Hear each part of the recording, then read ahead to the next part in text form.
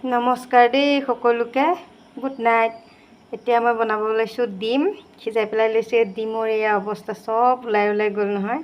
তেজপাত 2 কিলো আৰু পিঁয়াজ কাটি লৈছোঁ আৰু আদা জলকীয়া আৰু নহৰু খুন্দি থৈ দিছোঁ মই আগতীয়াকৈ। আৰু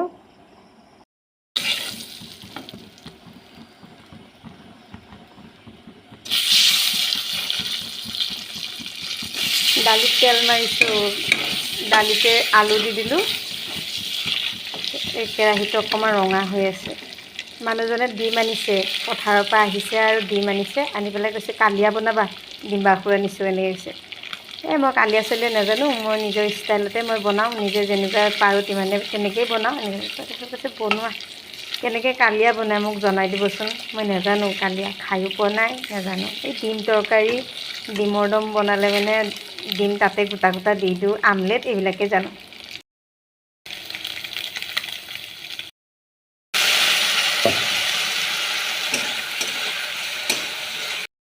দালিতে মই আলু দিছিলোঁ পিটিকি খাবলৈ, আৰু দালি আৰু আলু পিটিকা ভাল লাগে নহয় খাই।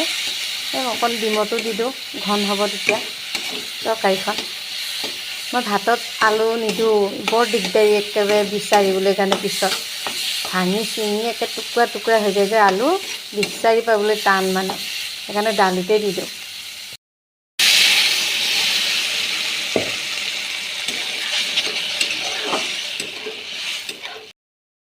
তৰকাৰীখন এয়া শুকাই অলপ হৈ গ'লগৈ, এতিয়া দি দিলোঁ লাহেকৈ। ভয়ো লাগে গাত একে চিটিকি আহিব বুলি। কালি কি জানো এটা বনাইছিলোঁ দিনতে, একেবাৰে ভৰিত তেল চিটিকি আহিছে নহয়, পুৰণিত একে থাকিব পৰা নাই।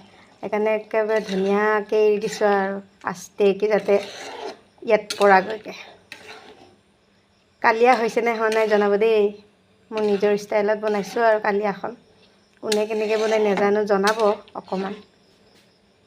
এতিয়া আৰু খাব পৰা হৈ গ'ল। আমাৰ মুনু আকৌ ভকতা নি, মুনুৰ ভাগৰ ডিম নিদিয়াকৈ পেলাই উলিয়াই পেলাই থৈ দিছোঁ।